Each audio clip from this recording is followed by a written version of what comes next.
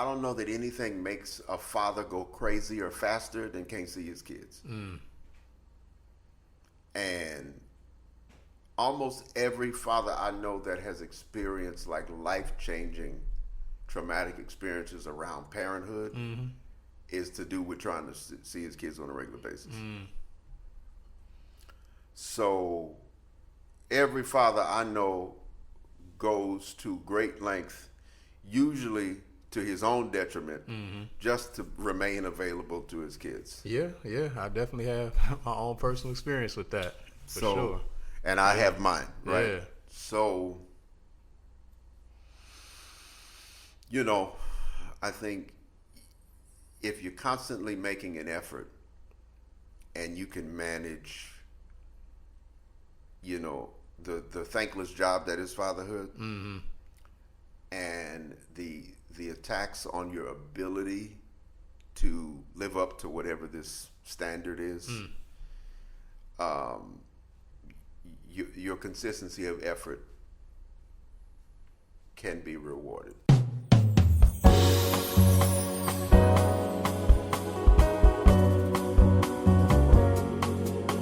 I remember the song my daddy used to sing. It was a soulful tune. He sang it when he woke up in the morning, first thing in the afternoon. Hello, welcome to the Daddy Song Podcast, where we talk about fatherhood from the perspective of the performing artists. My name is Milton Suggs, and today we have a great guest named Jason Marshall, an accomplished saxophonist, a multi-instrumentalist, and a great father. I've known him for several years now, and it's a pleasure to be able to get to talk to him about this subject. So, welcome to the podcast. Okay. Thanks for having me. Appreciate Absolutely. So, yeah, I have seen your fatherly exploits from afar. All right. It's been inspirational, because I find you to be a very intelligent and purpose-driven person, and so I know that fatherhood is serious business for you, as it is for us and a lot of us musicians. So it's definitely I want to take the time to talk with you, especially about your experience, your journey in fatherhood. I guess before we start talking about fatherhood, let me get to know you a little bit more. Where are you from? I'm from Washington, D.C., raised in Silver Spring, Maryland. Yeah. Right outside the district. I'm 40, so that makes me born in 83. And let's see, my dad's from Houston, and my mother is from Tallahassee, Florida. Okay. You got a lot of southern roots there. Definitely. Yeah. And my parents met in Houston in 80 and then moved I think the next year, and then I showed up in 83. Okay. And I got into music just because it was around in the community. Okay. Culture was an important thing, in and around DC in the 80s and 90s. Yeah, for sure. Afrocentric, by comparison. Yeah. And so, we were fortunate. And, like always, we didn't know how good we had it because there was musicians everywhere. There was teachers everywhere. Like, we had instruments, just kind of in the schools because we benefited from the military, kind of runoff. Right. We would get instruments and things like that. And so. Okay. Yeah, I didn't realize that. Yeah. I can see how that would be a huge impact. Right. If you just have stuff. Yeah. You can do something with it. So we had instruments and because of the military, there were teachers and educators and things. So in 4th grade, I started playing the saxophone. Okay. Because at the end of 3rd grade, everyone had to decide if you were going to be in chorus or band. Yep. And so for me, it ended up being band and the saxophone. And then in middle school, I started playing the baritone. I had a teacher, Holly Pasquale, this wonderful sister that taught me how to read music. Yeah. And, put the baritone in my hand, and that's how that went. So, because baritone is your primary instrument. I know you play play all of them, but yeah, as you have to do in order to really make a complete living. You know, I think it really depends on what you want to do. Okay, yeah. And for me, I always wanted to. The baritone is certainly ground zero for me, right? But playing the other instruments became important.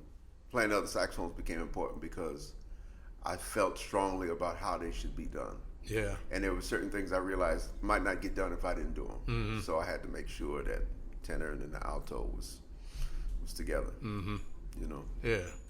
Cool. So when did you realize that you wanted to be a professional musician? Like it was your life's path? See, it's interesting because I was always around professional musicians. Okay. So it wasn't like I had to imagine what it was going to look like. Okay.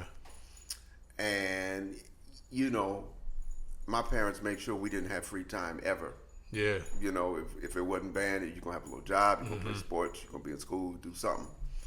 And more it kept being music. And then, you know, I remember having a little musical growth spurt between 4th and 5th grade, then another one between 5th and 6th grade going into middle school, and then another one between sort of 9th and 10th grade. When you say musical growth spurt, that means like your skill level kind of advanced, or you got more interested in Both. it? Both. Okay. Both. It was just kind of somehow I got bit by the bug, and then I was able to. I mean, I have very supportive parents, so they saw I was into it, and it was a worthwhile thing. Yeah. Because it was the culture. So you know, my parents rented me a saxophone, and then in middle school, like I said, baritone saxophones were around, so I got to do that. And then when I was in 10th grade, I got serious. Okay. And long story short, the summer between 10th and 11th grade, my granddad bought me my first baritone. Okay.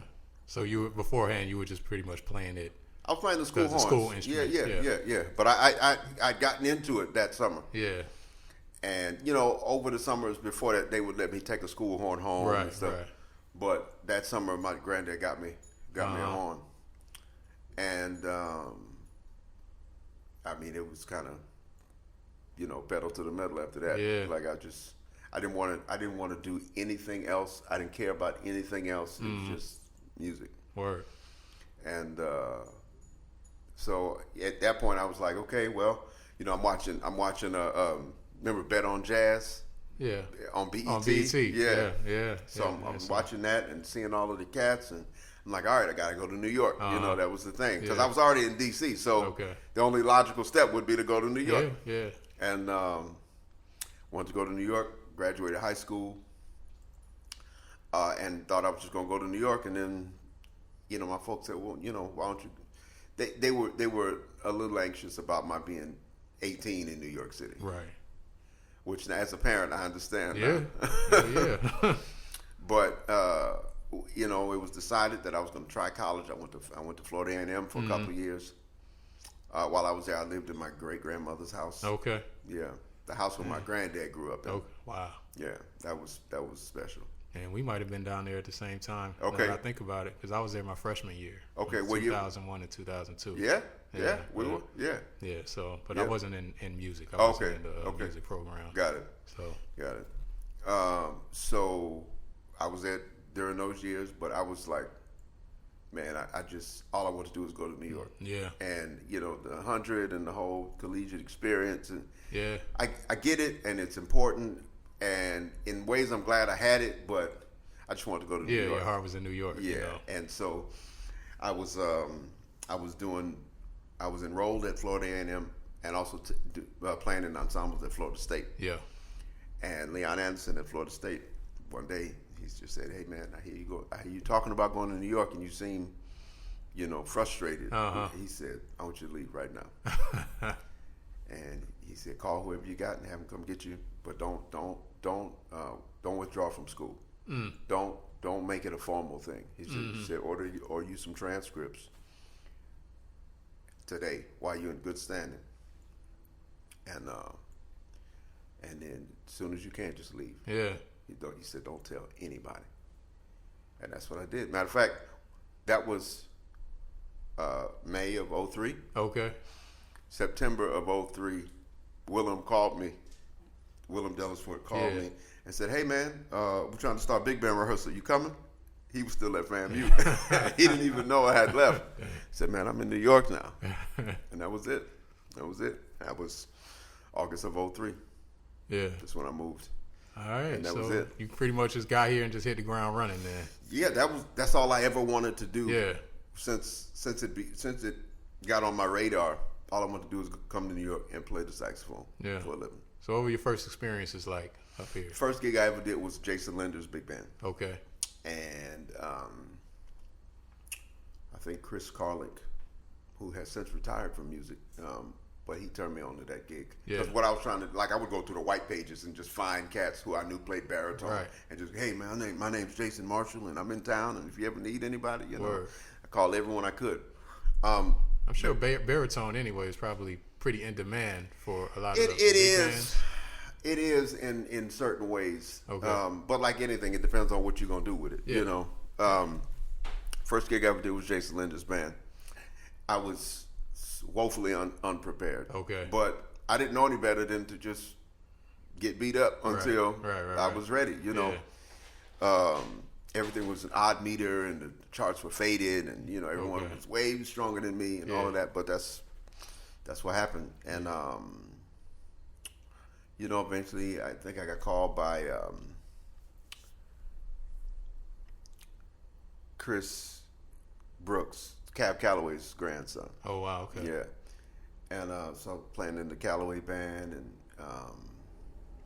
just kind of, Alex Harding was putting me on at first, and then Howard Johnson was putting me on. Just the brothers, they embraced me because it's rare for a brother to come up on baritone, and so. That's how I got in it. I studied with Blewett, during that time. Yeah. And it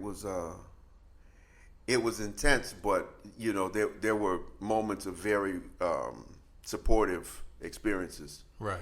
So and I came to New York trying to be the best baritone player there ever was. Yeah. So whatever that meant, I was just gonna do that. Okay. Yeah. And since then, you've been around. You've kind of been a mainstay on the instrument. You've played with a lot of fortunate that I just went out every night and played. And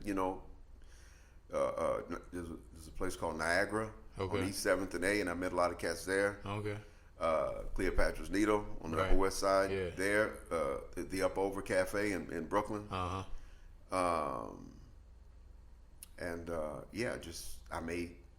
I made it a point to kind of network every night. Right.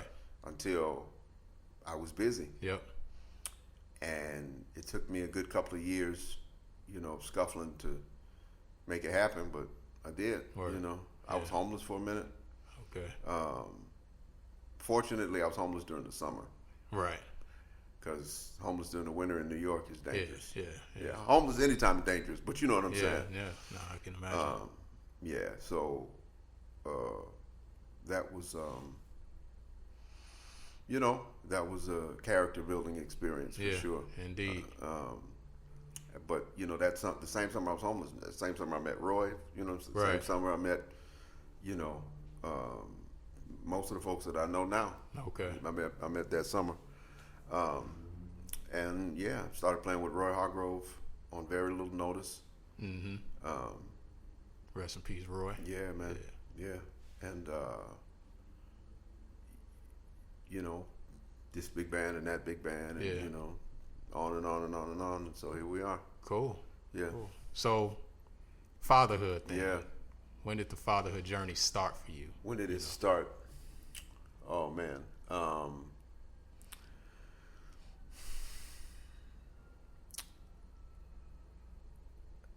met my wife in 2004. Okay. Dated on and off 2005, 6. Mm-hmm. Got serious 07. She had a son already. Okay. And I met her when he had just turned 4. Hmm. So, kind of right away, yeah, I was in it, you know. Yeah, that's another element of fatherhood. You know, the stepfather's journey. The stepfather thing is, is not always user friendly. Yeah, you know, and but you know, I come from a family that always took care of folks, so I didn't trip about having to take care of somebody, right, in whatever ways I could, right. You know. And then Lil Jason was born in 2008. Okay. We were married by then, and you know, I was torn because I wanted to be home, but I also knew that being home meant I wasn't working in the ways I thought I should. Yeah. So I'm not proud of the amount of days I missed when he was very young. Right. You know, I'm not proud of any of the time I spent away. Right. Still. Yeah.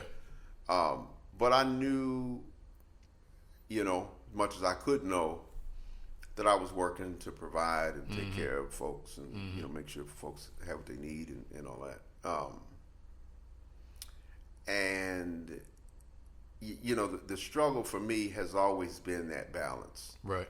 Like you go out and you make what you think is a meaningful contribution, but in order to do that, you got to be gone. Yeah.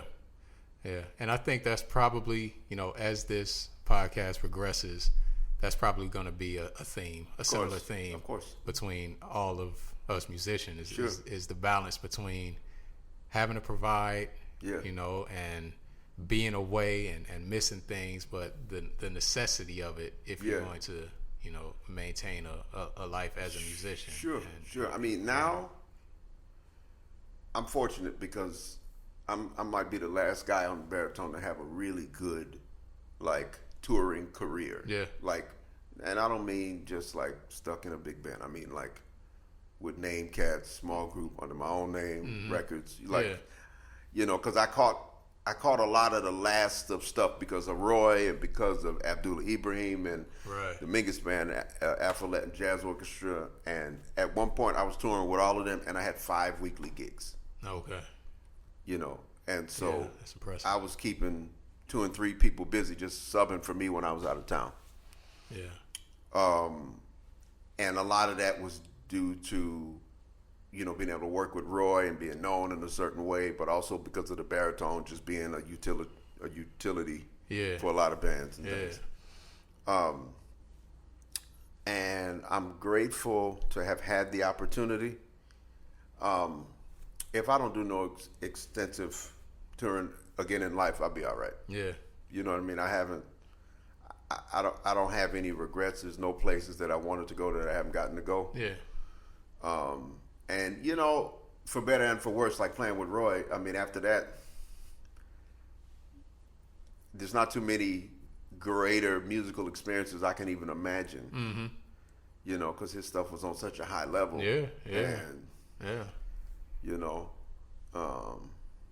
but yeah, you know, like if for me to go out on the road for longer than a week or 2 now, it's got to be like life changing. Got to be worth it. Yeah. Very much worth it. Yeah. But that's the thing. But your children are older, not children anymore now. Yeah. So you could do that without necessarily having that weight in the back of your mind. See, yes and no. Okay. Because you are never not missed. Yeah, okay. And there is never a worthy substitute for your presence. Indeed. Not even money. Yeah. Because like all of the money, if they don't see you, it don't matter. And it's tough now because Lil Jason is in that phase where he can't really be bothered with me that much anyway. But you know, I make an effort to just be available to him. Okay. Even if we just pass each other all day. He'd be down in his room, doing whatever you're doing. But it's the knowledge that you're here. Yeah. And what I've learned over the years, having toured with other people who have kids and seeing all of what touring, not just touring, but just being busy, the challenges that can present. As a father, I can tell you nothing, and this is from having close relationships with people that have experienced various negativities around trying to maintain a family, right? I don't know that anything makes a father go crazy or faster than can't see his kids. And almost every father I know that has experienced like life-changing traumatic experiences around parenthood is to do with trying to see his kids on a regular basis. So every father I know goes to great length, usually to his own detriment, just to remain available to his kids. Yeah, I definitely have my own personal experience with that, for sure. And I have mine, right? Yeah. So, I think if you're constantly making an effort and you can manage, the thankless job that is fatherhood, and the attacks on your ability to live up to whatever this standard is, your consistency of effort can be rewarded. Yeah, that's a key. Yeah, I mean, you just try and stay present and stay consistent. Yeah, and I mean, the hard thing about being a parent is like you're gonna give your child the best kind of tools you can to kind of make it out here in this world, but you're giving them tools that you have for when you was in this world at that age. Yeah, they got a whole nother thing that they got to deal with, and that's necessarily what it is, generation to generation. And not only are you going to give them tools that are kind of by definition outdated, you're informed by people with even older tools. Yeah.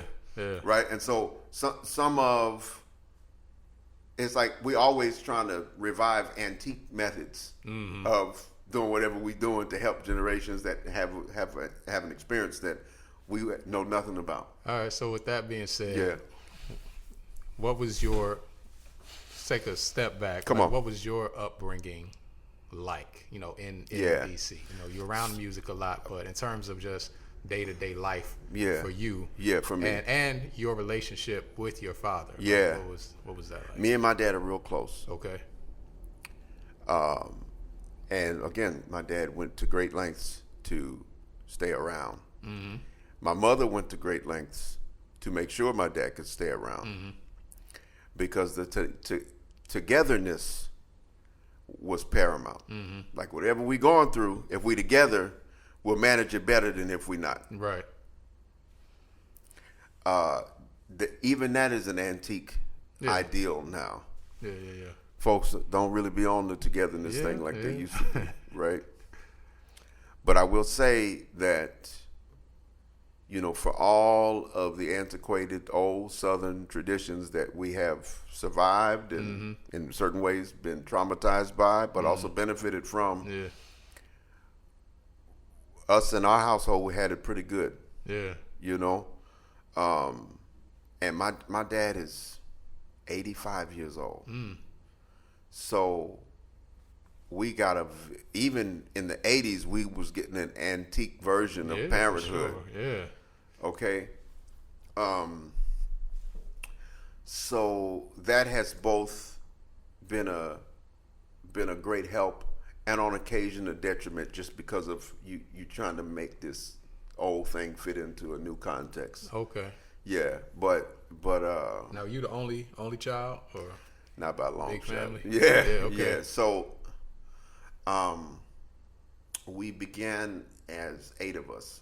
Wow. 2 of my sisters passed. One of them in 2019.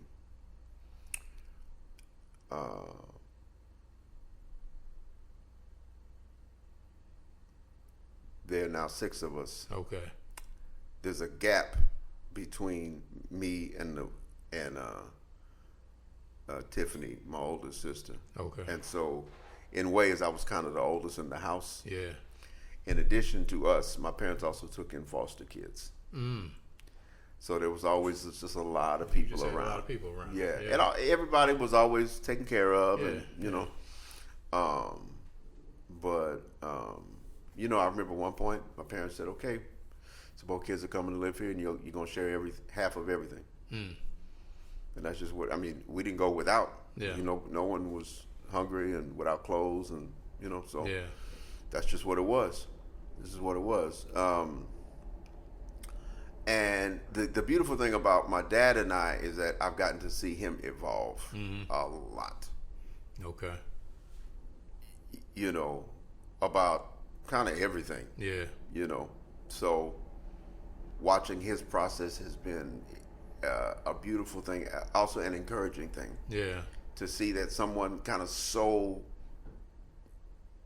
died in a particular set of ideals and, certain kind of morality, a certain kind of worldview can evolve, to sort of manage what's happening now. Okay. And I'm grateful for the relationships that I have now because of who my parents are. Okay. Yeah. It's also made certain kind of relationships difficult because I'm like, man, I don't relate to this craziness, Right. But I'm grateful for the way things turned out in a lot of ways. Okay. And so, how do you compare your childhood, your upbringing, I guess, to the upbringing that your children have had? Like, I lament greatly the lack of play. That kids don't get to play like we got to play. Yeah. And and it's not the kids' fault. Like at some point, just socializing and congregating as kids got disallowed, and I don't know whose idea that was, where you couldn't just leave your house during the summer, and just be gone. Yeah.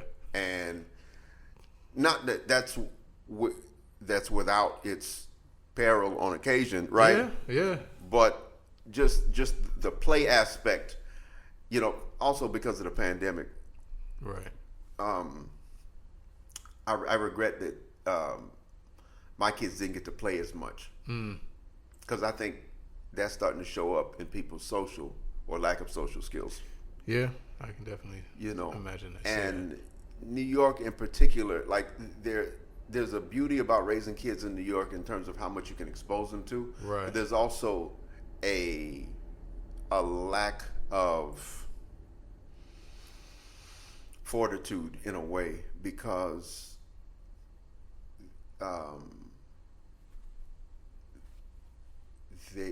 they don't have to socialize in a particular way outside of the city, and that's just an environmental thing. Like, you tend to have more urbane, worldly kids in urban centers versus just a different worldview in more rural areas. Right.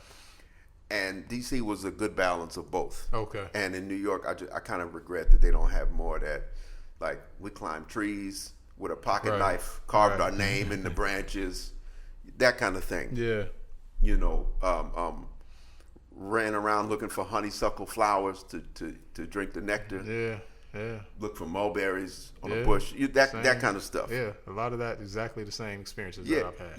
Yeah. So I regret in a way that my son doesn't have more of that, but he does. He had until very recently spent the summers with my parents, so he got a little of that. Because they're still down there. Okay. Same house. Okay. So, I'm grateful that is still available in ways, but generally, with little Jason, I mean, especially because of social media and smartphones and tablets and screens and everything. in some ways it makes you lazy because things are so available. Yeah. And in ways, it just changes you, and it remains to be seen quite how it's changing you. But the attention span is different because things are so much shorter. Like I remember we would sit down and watch Sesame Street or Mr. Rogers or whatever. I mean, that was like 30 minutes of focus. And you do well to get 30 seconds of focus out of a kid now. Right. If it's not, a PS5. But they also have access to things we wouldn't imagine having access to. Yeah. So,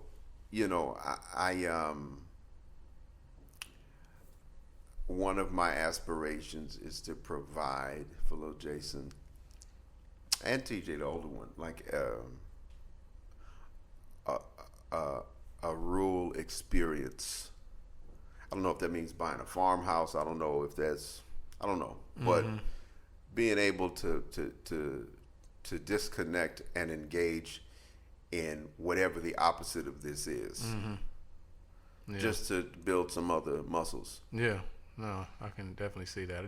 I do get the chance to, because I have some family in the South, like North Carolina. Yeah. My mom's still in Georgia. Okay. So I have the opportunity, a couple of weeks maybe out of the year to get my daughter down there to get a different change of pace and all of that. So it's definitely beneficial. So when you had when you became a father, did you feel ready for it? Of course not. No, not at all. Not at all. I may have to like exclude that question from my list of questions because I don't think that any father's gonna say, "Oh yeah, I was." You know. I remember being young and wanting kids. Yeah. And I think that's as ready as you can be. Yeah. Just knowing that you do want to be. At some point in your head, you want it, right? Yeah. And I remember being in the air with my dad holding me up. I remember those kinds of things, and I'm fortunate that I had my granddad, I had uncles and brothers, and like a lot of men around me. Yeah. And so you had examples. I had examples, an abundance. Yeah. Yeah, and they weren't all good examples, but I had examples. Right. Okay. Mostly good examples, to be clear, but I had a lot of men around me. Yeah. And I think one of the things now is that you got a lot of folks that go their whole life and maybe they know one man and it ain't their father. And so quite what manhood looks like in practical terms is a mystery to a lot of people, men and women. Yeah. And I find that in social spaces, that still takes work. Like I've had folks in social environments, they'll say, "Well, man, can you kind of tone it down a little bit because you like a lot, you like a lot of man, and that's rare, and it's not even like I'm saying something or I'm doing anything in particular. It's just my way is a little little old school, not really blunted in any way. It's just what it is. But in a lot of modern social situations, that feels like a lot to people. But my counter is always like, man, the amount of contortions that we got to undergo to accommodate people. I'm gonna be who I am, right? I try to the extent possible to be respectful. But I don't apologize for my existence. Yeah. And I definitely get that from the men in my family. Right. Right. Being ready as a dad, if you're honest, you're not ready. And I find the worst thing you can do is front like you're ready. That's the worst thing you can do because you're not. And it's not going to happen quickly. And for me, it's a lot like it's like the music. Like there's not one day where suddenly music. Yeah. Like it's a process. And so you learn in dribs and drabs and eventually but that's after collecting one drop at a time over decades. And to me, parenthood is like that. Yeah. You know, because it's also about how you know, manage relational dynamics with whoever you have kids with. Like, that's never not a part of being a parent. Right. So you know, and that's as often as not terribly complicated. So, you know, there's a lot of work you got to do on yourself. Okay. To even become the parent you aspire to be. Right. And we you know, therapy and different therapeutic interventions is a new thing for us. You know, I mean, if we even talk about therapy or in therapy, that might have been in the last couple of years, you know, and so we have whole decades of parenthood with unresolved stuff that we didn't even know about. Yeah. You know? Yeah. And you know, you do the best you can. You know, I find if you're honest with your kids, you know, in ways that are appropriate, then they have grace for you because they want a parent just like you want a child. Yeah. You know, so you know, 15 years into parenthood, in one way, I feel more ready most days. But some days, you know, you do good to just show up. Okay. And just say, okay, what's happening today? Okay. Now you talked about, you know, how you witnessed the evolution of your father. Yeah. You know. Yeah. What do you think your evolution has been as a person? I mean, in what ways has fatherhood helped you evolve or changed you? And it's definitely given me more grace with people in general. Because you see how people fail with the best intentions. You know, and I think being a father has given me more grace with black men for sure. Because we are so handicapped in a lot of ways, and compared to other circumstances that have like all of these, you know, sort of mechanisms of help and advantage and just resource and time and I mean just, and it's like we're compared to people who have to function in situations that we'll never see. You know, to me, I would almost go so far as to say fatherhood for us is not like fatherhood for anybody else. Also because we come from a tradition where we could love each other and raise one another with effectively nothing but ourselves. And the whole thing about patriarchy has more than not victimized us. Like, patriarchy is something that is a way to me, patriarchy is a way to discuss morals and values and aspirations that white folks have. Okay. And people with some sort of upward mobility towards aspiring to be like white folks. And that's fine for white folks. Yeah. I don't think patriarchy should even be discussed in the black American context because it's not a helpful construct to us. Like this idea that you go out and be a breadwinner and you marry a homemaker and y'all make a home and like that's so dismissive of modern circumstances right now. Like that's, and I don't know that it was ever truly reflective. That's never been, you know, and like by and large, that's never been the reality of the black experience. That's what I'm saying. Exactly. So, you know, despite what the Cosby Show might suggest, and you know, Family Matters, and you know, whatever. We have majority been what I might call working poor, which is unfortunate, but somehow that wasn't the thing where that wasn't the reason we had hardship. Because like we come from involuntary servitude. So working poor is almost an upgrade from that, right?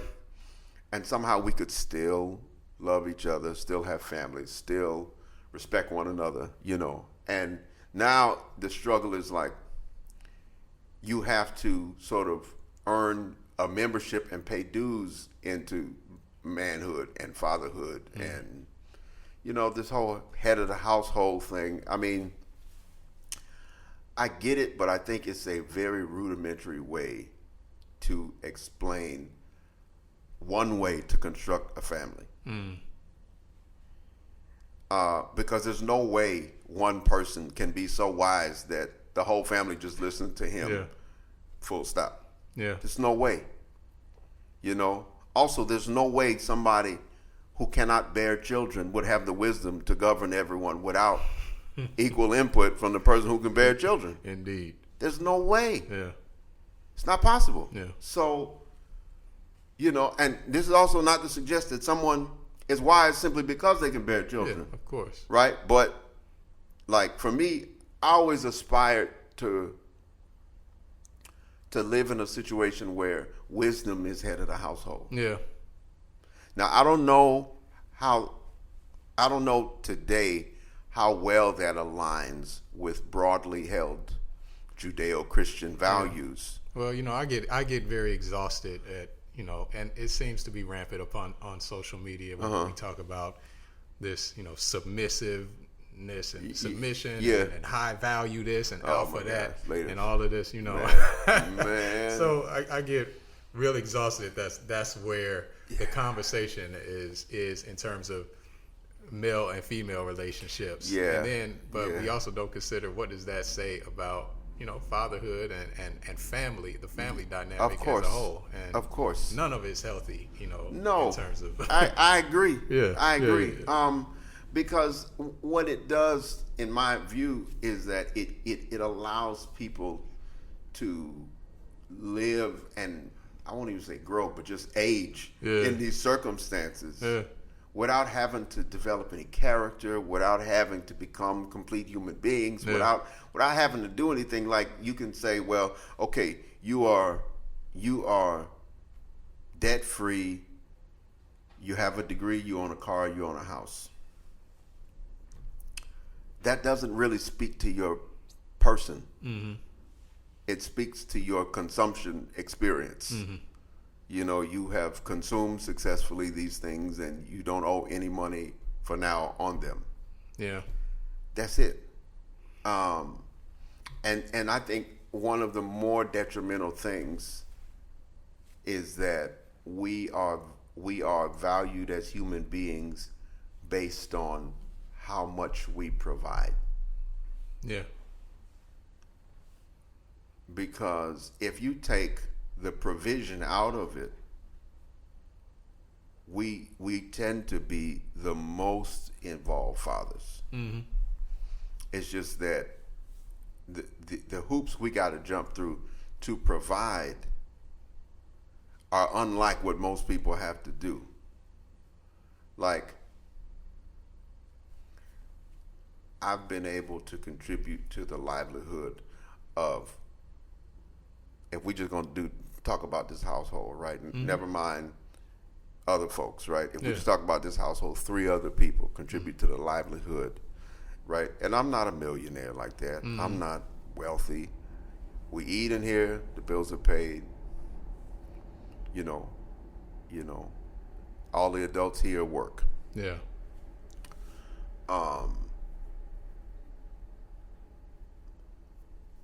But like, I'm a rare example. I shouldn't have to be a rare example just to pay bills. You know what I'm saying? Just to do common everyday things, right? Like, and so, like, we wrestle with these expectations that society has on us.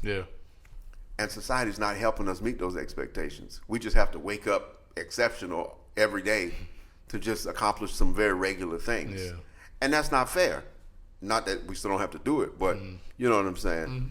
So for me, this whole experience of fatherhood it's giving me grace. Like when I look at people, when I look at men who are doing the thing I don't agree with at all, and I can name some very popular examples of that. I won't, because it's not productive. Yeah. But when I see it, and I'm inclined to judge it, and I think, now if they wasn't doing this, what else would they be doing? So my view is that they, in whatever they doing, are doing the best they can with what they got in front of them. Yeah. I don't know if they got an option not to do what they doing. So let me quietly just deal with myself and say, you know what? From a distance, I support them 100%. Because I get it. Okay. I get it. Everybody can't do a million things. Yeah. Everybody can't pivot in careers. Everybody can't just decide not to work for a year. Right. To figure it out. Yeah. To go find themselves, to go up a mountain and meditate for it. You know what I'm saying? So, and so with being a dad, like you just make an effort. I think one of the big things is like not condemning yourself for failing. Because the world says you got to succeed at everything. And the reality is nobody does, but you make an effort. Yeah. And it's thankless. And that the thankless part is hard because we don't say anything about that. Right. We just all right. Yeah. Well, it had to happen. They think that this was easy. You know what I mean? I remember one time, little Jason wanted a race car bed. Okay. And we got him a race car bed, but I don't know how I imagined it was going to come put together. It didn't. No, of course not. Of course not. And this thing had battery-powered lights and all of that, right? And I remember being up all night trying to figure this thing out. Yeah. And I was in there so long, I fell asleep once I had put it together. Yeah. I had sat up in a corner and I had nodded off after I built this bed for him. And he was just little enough, he was still sleeping in our room, and this is his first bed, I mean, he had the little kind of like half crib, and then he's back and forth, and then we got him a big boy bed, right, and right. I built it up, and I fell asleep in there. And I don't know how many hours I spent trying to put this thing, because of half-baked directions, and we had to find tools and all that stuff.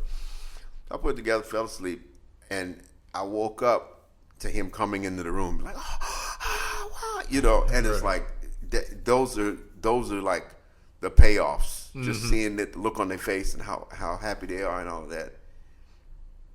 And then immediately it was like back to work to build another thing, to go make some more money, to buy something else, right? Yeah. And I think that society is conditioned to take fatherhood for granted. Like you're just supposed to do it. Like, you ought to be grateful somebody even made children with you, so you break your back to pay for it all. And if you can't pay for it all, you don't deserve access to any of the people. And, but also if you muster up what it takes to pay for everything, you got to be on blast about it. Like, you can't quietly just take care of business. Like, you either like not worthy of association, or you got to be some parenthood celebrity. And that's exhausting. So I will say fatherhood is by far the greatest set of experiences I could imagine having. By far. Yeah. Marriage can be cool, be challenging, can be great. Fatherhood is much more challenging. Yeah. But man, the feelings, the experiences are tremendous. Yeah, you definitely can't trade them. So, the other aspect of parenting is, the more difficult aspect of parenting is the discipline part. You know, Sure. it's not all sunshine and roses. No. If you want to raise a good child, you got to provide some discipline. Sure. So what is your approach to discipline? So your experiences with yeah, that? Like? so coming from a quite traditional Southern upbringing, we know that comes with certain methods of discipline. Yeah, indeed. And I remember thinking for a little while that I was going to be like my parents, who were quite, shall we say, quite generous in their dispensation of that discipline. And we talking about whoopings. Of course. And I don't know what changed. You know what it was? I remember living in fear of a whooping. Mm-hmm. And it struck me like, okay, I have an opportunity to transfer that fear or not. Mm-hmm. And I decided against it. Two things. It has made parenting much more difficult. Mm-hmm. Much more difficult. So I understand why people do it. Now, it's one thing to spank your kids, to me. It's another thing to whip them like farm animals. Yeah. There are thresholds, there's levels to this, right? Yes, indeed. Now, I'm not saying any of it is good, but it's also irresponsible to act like it's all the same, right?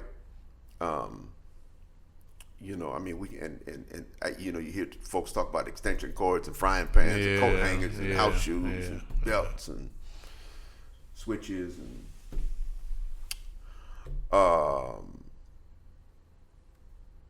I never had to hide marks from being whooped. I never was worried that somebody was going to see me with a black eye or bleeding it. Yeah. Ever. You know what I'm saying? So for all of the traditional sort of stereotypes associated with Southern upbringing, right, we didn't have it. It wasn't that intense, for sure. Yeah. But I remember being one of my earlier experiences being a parent around my parents, right? Okay. Being with little Jason as he's sort of coming into himself, and and them watching me parent. Mm-hmm. And I remember my dad saying, he said, all right, now, it might be time to warm his little legs up when he act up like that. Mm-hmm. And I'll never forget, I don't know what provoked me to say this to my dad. Because even for me, like, I don't, even now, I don't take a tone with my dad. You know what I'm saying? Right. No, of course not. But he said, it might be time to, put a little heat on him. I said, you only whip slaves and farm animals. And he said, you got a good point. And that was the last we talked about it. Okay. Again, it has made parenting much harder. Yeah. Not spanking, not being terribly physical.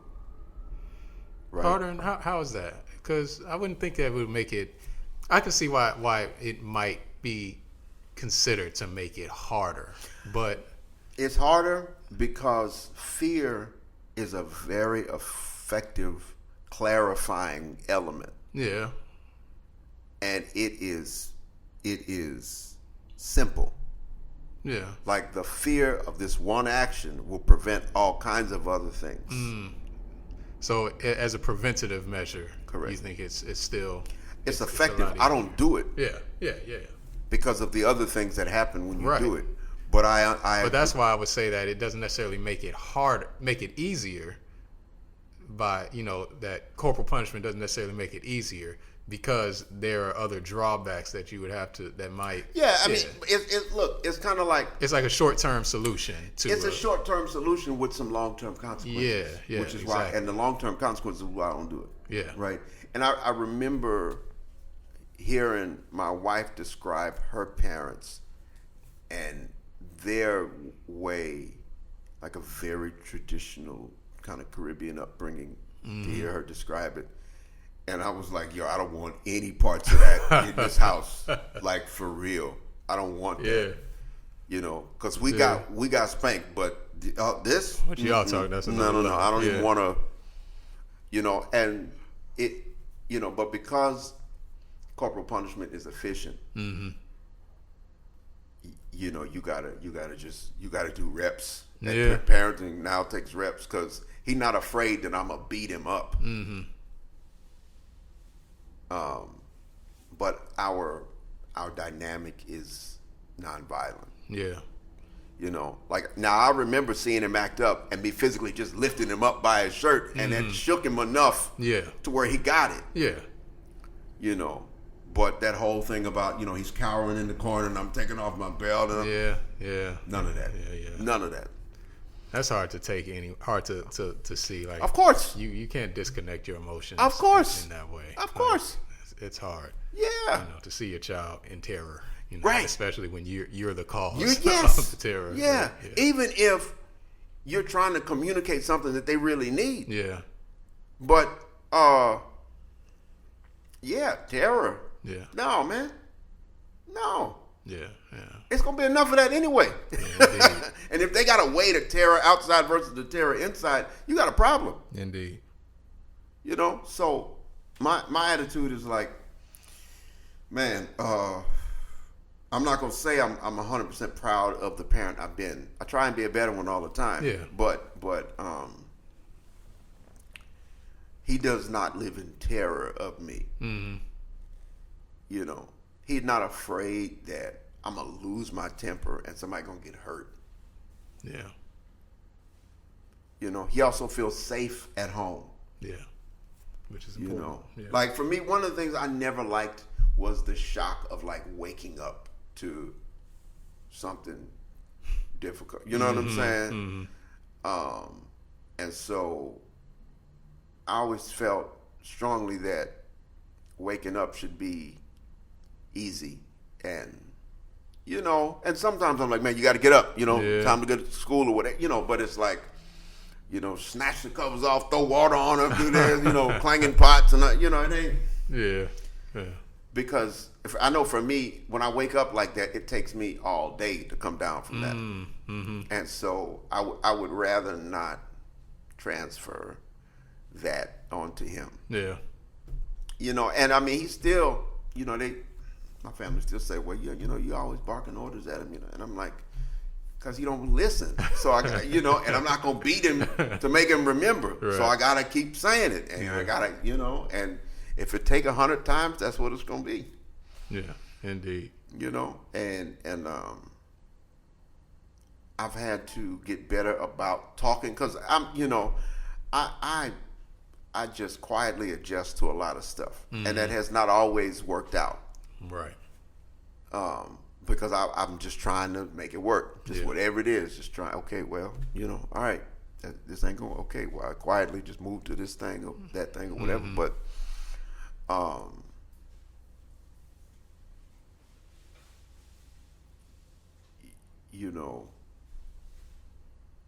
it is helpful to kind of check in and, like, update your kids as to how things are going. Yeah.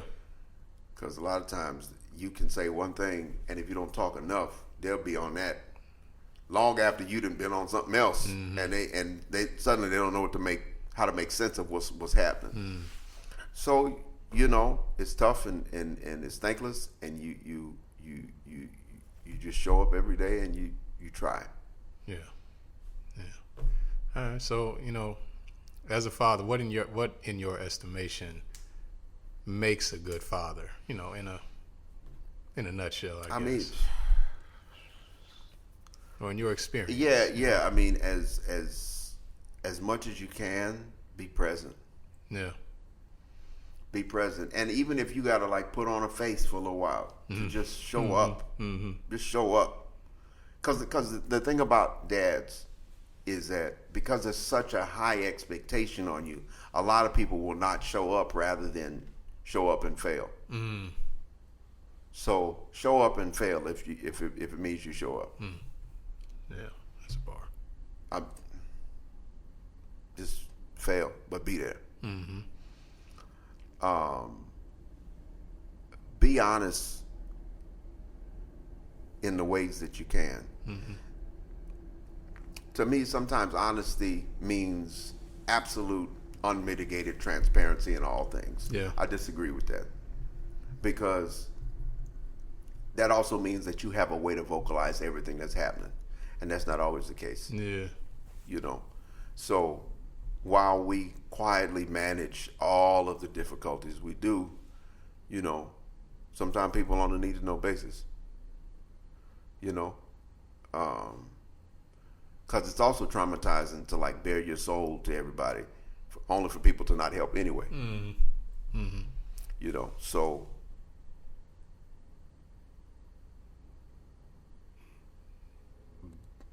I'm learning that being a good parent is building a community around you as a functioning parent. And we are conditioned to do this thing alone. Yeah, no. Even marriage takes community. Yeah. I think for it to succeed. Yeah. You know, parenthood takes community. You know, also, we're the thing about marriage is that people imagine that two people are in a relationship, they get married, and then that's the thing.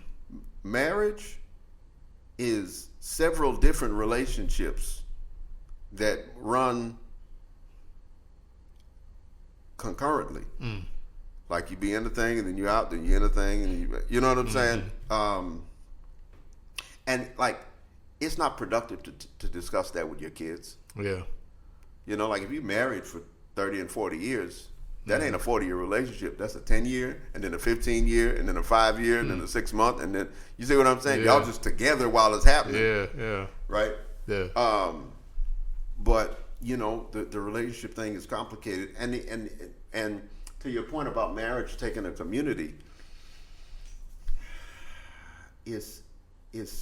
I would argue it's impossible to maintain a marriage in isolation.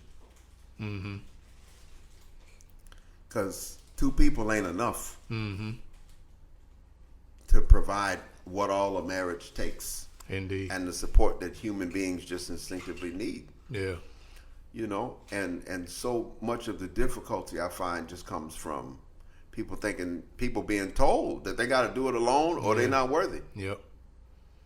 You know, Yep. and that worth piece is deep, because I mean we spend whole lifetimes trying to be worthy only to fail, and then judged based on how we manage the failure. So, you know, sometimes like when people flip out, like I get it, like I really get it. You know, fortunately I was able to begin in ways like I didn't know this is what I was doing, but like after the hurricane in 2012, I got really into fitness. Yeah. And for me, that has helped a lot. Yeah. Because I'm always I'm always on one side or the other of like a thing that is helping my mental health and my physical well-being to just survive this thing. Yeah. You know.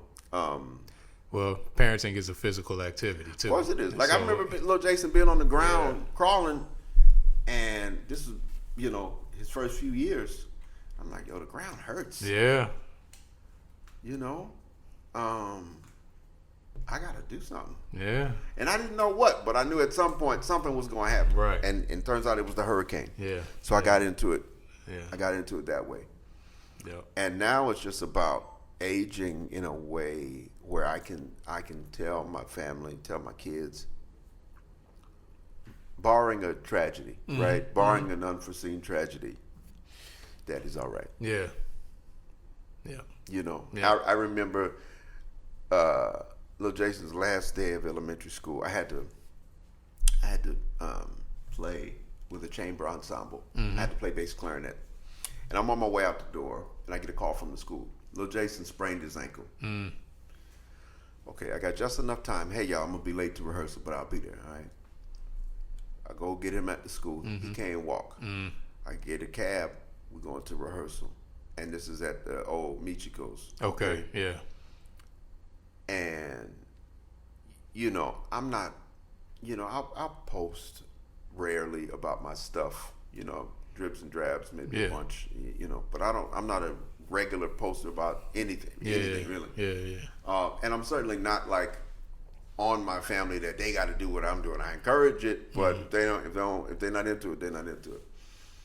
So, little Jason, I get him out the car, and it's 2 flights of steps up, and he can't walk, and he's a 5th grader, okay, and I already got a bass clarinet on my back, and I throw him over my shoulder, and I walk 2 flights of steps with him. Yeah. And he's like, "Wow, you're so strong."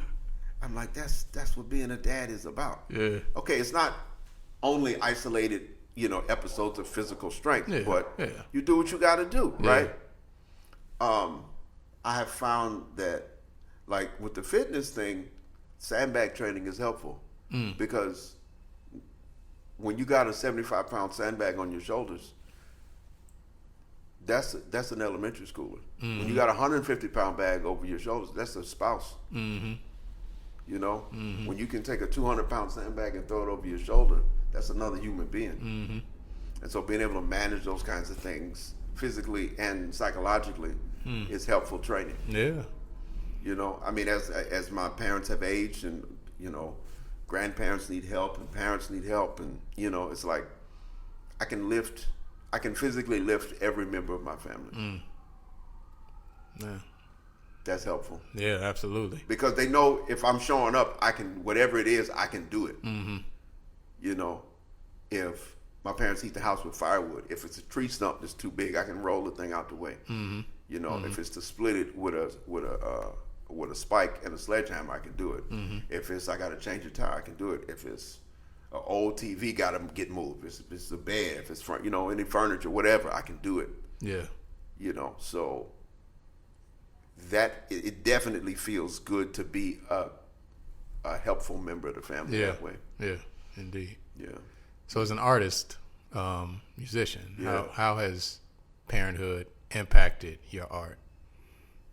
I fell out of love with the sheen of it soon, like early. Like I remember,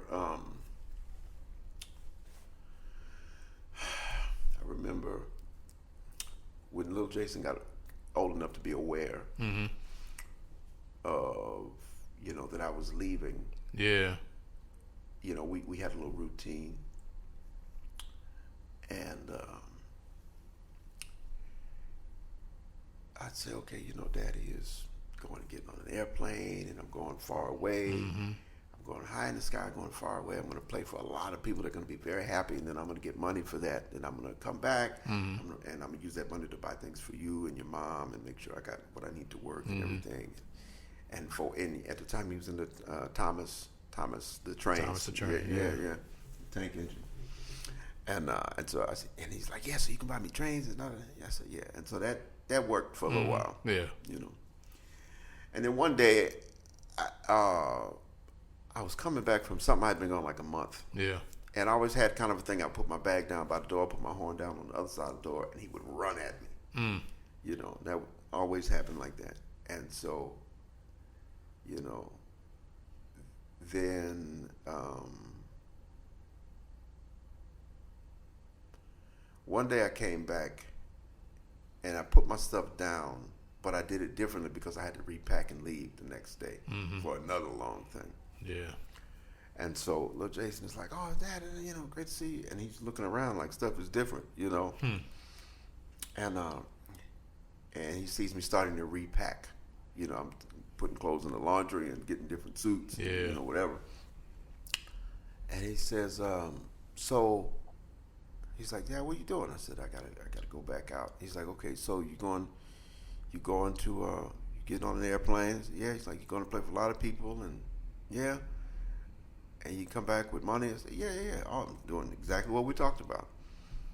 He said, my mom got food already. I said, okay. Then he says, I don't want any more trains. Just don't leave again. Well, they know how to do it. Well, man. And I left the next day to, honestly, I don't even remember what that gig was. Yeah. Because it doesn't matter, right? You remember that. You remember that. Yeah. Yeah. And I remember being on that, whatever that tour was. Mm-hmm. And I could not be less interested in whatever. I was like, man, I don't care about none of this anymore, like, at all. Yeah. And, parenthood definitely ended that honeymoon of, world traveler, blah, blah, whatever people call it. Yeah. Man, later for that. Yeah. I'm grateful that I got to do it and all of that. I'm not proud of the amount of days I missed with my family, and I'm not eager to be that. Yeah. I'm grateful that I was put here to do music and I'm able to do it, and that's great. I'm happy to work in town. So in terms of the music that you write or compose, has Parenthood had any type of impact on that? Yeah, in that, and not that I've always been successful, but I want the music I make to be emotionally impactful. Mm-hmm. And not even so much the music I write, but I want the music that I play to have that, compelling element to it, and for me, writing music is often just a vocational experience. Yeah. Like, okay, if something came through, I gotta write this and that, so I'm gonna write this, and it'll be what it is. Yeah. But for me, in the delivery of music, I want people I love to feel it in a certain way. Mm-hmm. I mean, people generally, I want people to be emotionally compelled by the way I deliver music. And when I think about those people, I think about my family first. Right? I'm sure my kids don't think too much about it right now. Okay. It is my hope that at some point it will be of some meaning to them. Mm-hmm. Right?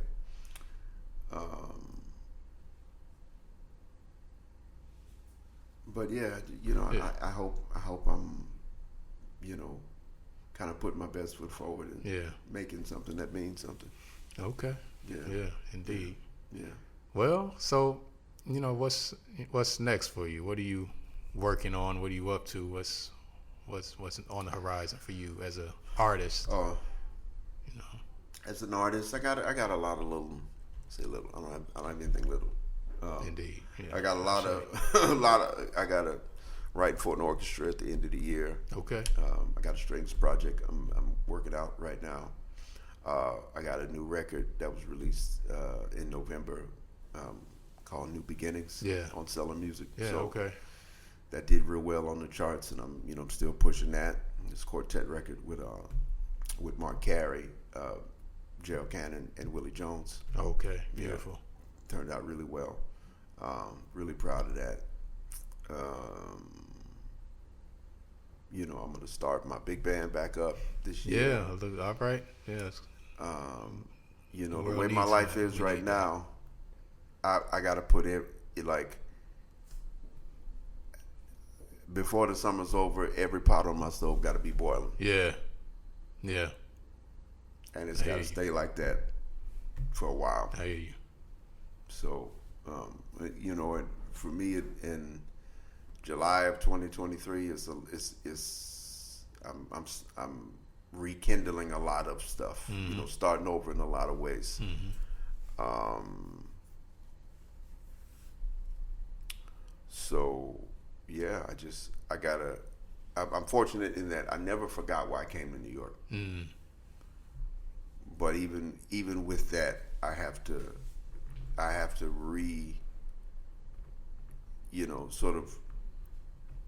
to pledge again. Like, so I feel like I took an oath to this thing as a kid, and I just have to renew that vow for sure. Yeah. For sure. Because you can get caught up just working. Yep. And trying to survive. Surviving. Yep. And that all of those things have taken on totally new meanings for me. So indeed. The work in front of me is not insignificant, but I feel blessed to be equipped to manage it all. Cool. Yeah. So. All right, bro. Got, man. Well, appreciate you, bro. Good talk, man. Yeah, Learned man. a lot, and You too.